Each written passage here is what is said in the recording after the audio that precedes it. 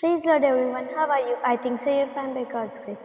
మనము ఈరోజు యెర్మియా 29వ అధ్యాయం 11వ వచనంలో చూస్తే, నేను మిమ్మును కూర్చి ఉద్దేశించిన సంగతులు నేను ఎరుగుదును, రాబో కాలమందు నీకు నిరీక్షణమగునట్లుగా అవి సమాధానకరమైన ఉద్దేశములే గాని హానికరమైనవి కావు.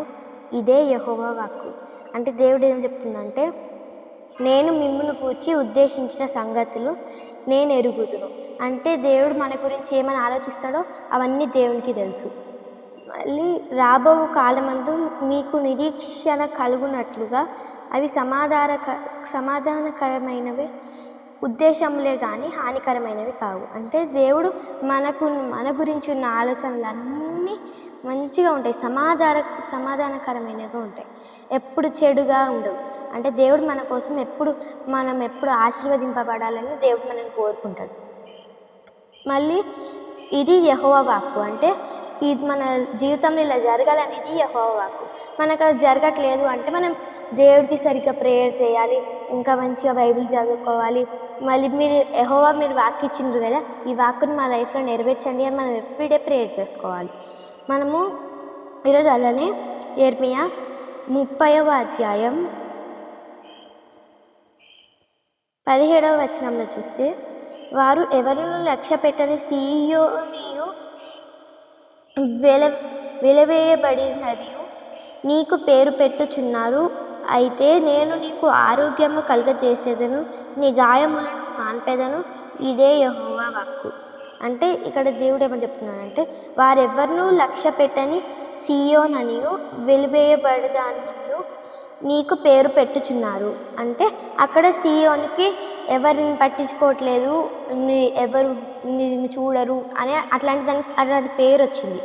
కాబట్టి దేవుడు ఏం చేస్తాడంటే, నేను నీకు ఆరోగ్యము కలుగజేసేదను, నీ గాయములను మాన్పేదను. అంటే మన జీవితంలో ఎవరి జీవితంలో అయినా కూడా వాళ్ళు వెలివేయబడినా కానీ, వాళ్ళ మాటలు లక్ష్య పెట్టకుండా, వాళ్ళకి ఏం ప్రాబ్లం వచ్చినా కానీ కూడా, వాళ్ళకి హెల్త్ బాగాలేకున్నా కానీ కూడా దేవుడు వాళ్ళకి మంచిగా హెల్త్ ఉండేటట్టు చూసుకుంటాడు ఇక్కడ చెప్పింది. కాబట్టి మళ్ళీ మంచి ఆరోగ్యం కలుగజేస్తాడంట, మన గాయంలన్నింటినీ తీసేస్తాడంట. ఇది యెహోవా వాక్కు.